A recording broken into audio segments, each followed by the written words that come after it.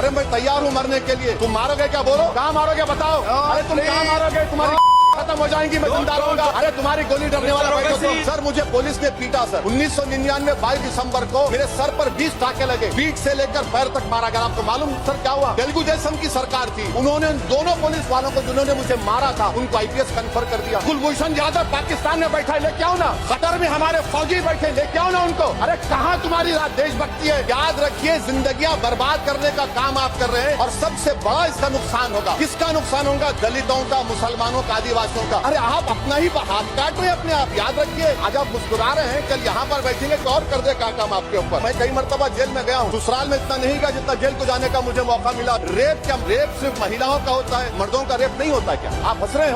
होता है। आपकी हंसी इस बात का इकरार है कि आप जानते हैं किसका हुआ है। नरेंद्र मोदी का दोस्त अडानी बांग्लादेश को बिजली सप्लाई करता है। आप इसे भारत की बिजली चोरी करके अडानी बांग्लादेश को पहुंचाता है। अगर जेल वेल की बात करोगे ना, जिस दिन सत्ता परिवर्तन होगा एक भी आदमी बाहर नहीं दिखेगा। ऐसी बातें मत करो। आपस में बात नहीं।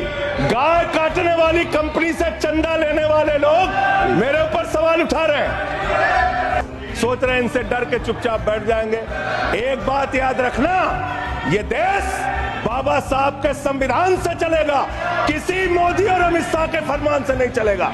याद रखना इसको। आप नाम से, किसी के नाम से पता करना चाहते हो तो इस देश में वो रहेगा या नहीं रहेगा। आपका लक्ष्य हमें मालूम है, आपका लक्ष्य मालूम है, आपका नजरिया भी मालूम है। आपके प्रधानमंत्री जी सबका साथ और सबका विकास में विश्वास करते हैं। सबका विकास, सबका विश्वास तो उन्होंने खो दिया, क्योंकि 2014 से लेकर अब तक सबका साथ उन्होंने कभी भी नहीं दिया। हिंदुस्तान का कोई मुसलमान आपसे डरता नहीं है। ना मैं डरता हूँ, ना इस देश के नागरिक डरते हैं, ना कोई मुसलमान डरता है। डरते हैं तो हम संविधान से डरते हैं, जिसकी आप धज्जियां उड़ा रहे। आप क्या कर रहे हो संविधान के साथ? आप धज्जियां उड़ा रहे हो संविधान से। आपका मकसद तो हमें मालूम है, 2014 से हमें मालूम है आपका मकसद क्या रहा है। कभी घर वापसी, कभी लव जिहाद, कभी ट्रिपल तलाक, कभी CAB, कभी NRC, फिर दोबारा NRC, फिर 370। हमसे हमारी इबादत गाहें तो मत छीनिए ना, हमारे घरों पे बुलडोजर तो मत चलाइए ना, हमारी कब्रों में तो हमें सुकून से सोने दीजिए ना। जिस बिल को मुसलमानों के हुकूक की हिफाजत करने वाला बिल बताया जा रहा है, उसी को पेश करने के लिए और उस पर बात करने के लिए लोकसभा में भाजपा सरकार के पास एक भी मुस्लिम सांसद नहीं है। तो हम भी तो इसी देश के नागरिक हैं, हम भी तो इसी देश के बेटे हैं। तो वक्फ की जमीनें भी तो इसी देश की जमीनें हैं, उनको पराया क्यों बोलते हैं आप? मैं इस सदन में अलल ऐलान ये कहता हूं कि जब भी इस देश की जमीन को लहू की जरूरत होगी, आपसे 2 कदम आगे इमरान खड़ा मिलेगा। ये मैं आपसे यकीन दिलाते हुए कह रहा हूं। देश की एक बहुत बड़ी आबादी